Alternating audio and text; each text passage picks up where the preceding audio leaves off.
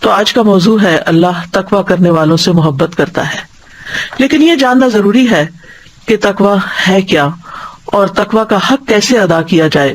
وہ کون سے کام ہیں جن کو کرنے سے یہ پتہ چلتا ہے کہ انسان واقعی متقی ہے۔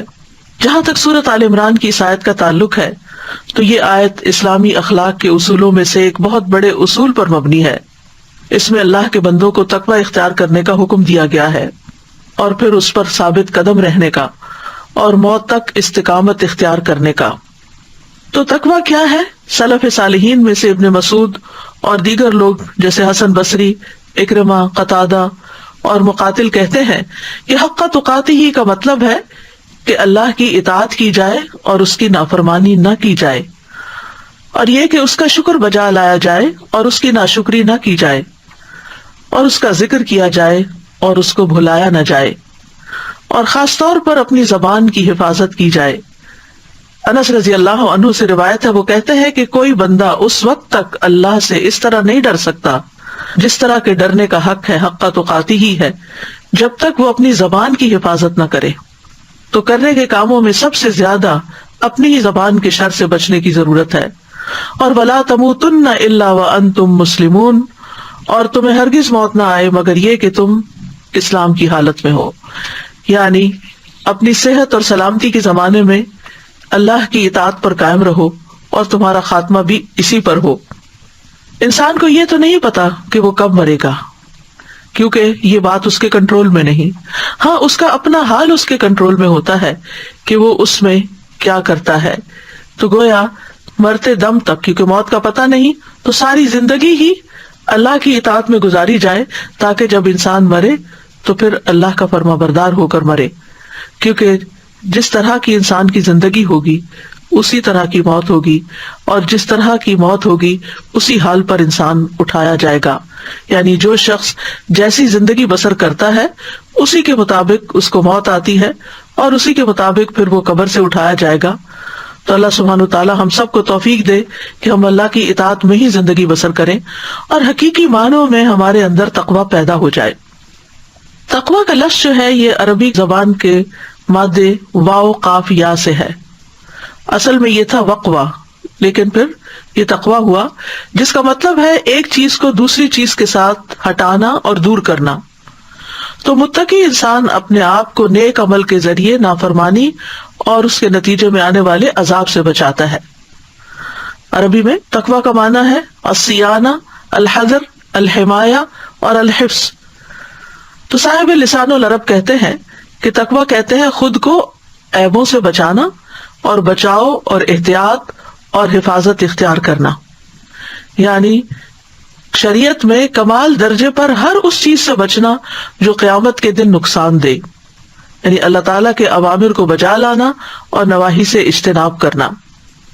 متقین وہ ہوتے ہیں جو گناہوں سے بچتے ہیں اور فرائض ادا کر کے اپنے آپ کو عذاب سے بچاتے ہیں۔ حضرت علی رضی اللہ عنہ کہتے ہیں کہ تقوی گناہوں پر اصرار کو چھوڑ دینا ہے، یعنی انسان کمزور ہے، انسان سے گناہ ہو جاتے ہیں، لیکن متقی انسان گناہ پر اصرار نہیں کرتا، غلطی ہونے پر وہ فوراً اللہ کی طرف رجوع کرتا ہے۔ اور فرمایا کہ تقوی کیا ہے؟ الخوف من الجلیل والعمل بالتنزیل والقناعۃ بالقلیل والاستعداد لیوم الرحیل۔ اللہ عز و جل سے ڈرنا، وحی الہی یعنی قرآن و سنت پر عمل کرنا، تھوڑے پر قناعت کرنا اور موت کی تیاری کرنا، اور یہ کہ تمہارے اور تمہارے رب کے درمیان کوئی بچاؤ ہو، یعنی اللہ کے عذاب سے بچ جاؤ۔ ان تجعل بینک و بین عذاب اللہ وقایا۔ اور پھر یہ کہ تقوی یہ ہے کہ انسان اللہ کی عبادت ایسے کرے جیسے اس کو دیکھ رہا ہے، اور اگر وہ نہیں دیکھتا تو اللہ تو اس کو دیکھتا ہی ہے، اور یہی تعریف احسان کی بھی ہے۔ ابن قیم رحمۃ اللہ علیہ تقوی کی مختلف شرعی تعریفات بیان کرتے ہوئے کہتے ہیں کہ حقیقت میں شرعی تقوی اللہ کی اطاعت میں کیا جانے والا وہ عمل ہے جو ایمان کی حالت میں اور اجر کی نیت رکھتے ہوئے اللہ کے احکامات پر عمل کرنے اور اس کے منہیات کہتے ہیں جن چیزوں سے منع کیا گیا ہے اس سے بچنے کی صورت میں سر انجام دیا جاتا ہے۔ بس اللہ نے جو حکم دیا ہے متقی انسان حکم دینے والے پر ایمان لاتے ہوئے اور اس کے وعدے کی تصدیق کرتے ہوئے اس پر عمل کرتا ہے، اور جس چیز سے اللہ نے منع کیا ہے وہ منع کرنے والے پر ایمان لاتے ہوئے، یعنی اللہ سبحانہ تعالیٰ پر ایمان لاتے ہوئے اور اس کے عذاب سے ڈرتے ہوئے اس کو چھوڑ دیتا ہے۔ بعض سلف تو یہ بھی کہتے ہیں کہ تم تقویٰ کی حقیقت کو اس وقت تک نہیں پہنچ سکتے جب تک کہ تم ایسے کام بھی نہ چھوڑ دو جن میں کوئی حرج نہیں، اسی بات سے بچتے ہوئے کہ حرج والے کاموں میں نہ پڑ جاؤ۔ تم مباح چیزیں بھی اس لیے چھوڑ دو کہ ممنوع سے بچ جاؤ۔ فیروز آبادی کہتے ہیں کہ تقویٰ سے مراد ہر اس چیز سے پرہیز کرنا ہے جس میں نقصان ہو، یعنی نقصان دینے والی اور خصوصاً آخرت میں نقصان دینے والی چیزوں سے بچنا، اور وہ ہے نافرمانی اور فضول کام، لغو کام۔ اسی طرح ابن عمر رضی اللہ عنہ کہتے ہیں کہ بندہ تقویٰ کی اصل حقیقت کو نہیں پہنچ سکتا جب تک کہ وہ بات بھی نہ چھوڑ دے جو دل میں کھٹکتی ہو، یعنی دل میں شک ڈالنے والی اور کھٹکنے والی بات کو بھی چھوڑ دینا چاہیے۔ اسی طرح یہ بھی کہا گیا ہے کہ تقویٰ سے مراد نفس کی لذتوں کو ترک کر دینا اور خواہشات کی مخالفت کرنا ہے۔ عمر رضی اللہ عنہ نے ابی ابن کعب سے تقویٰ کے بارے میں پوچھا تو انہوں نے کہا، کیا آپ خاردار رستے سے گزرے ہیں؟ انہوں نے کہا، کیوں نہیں؟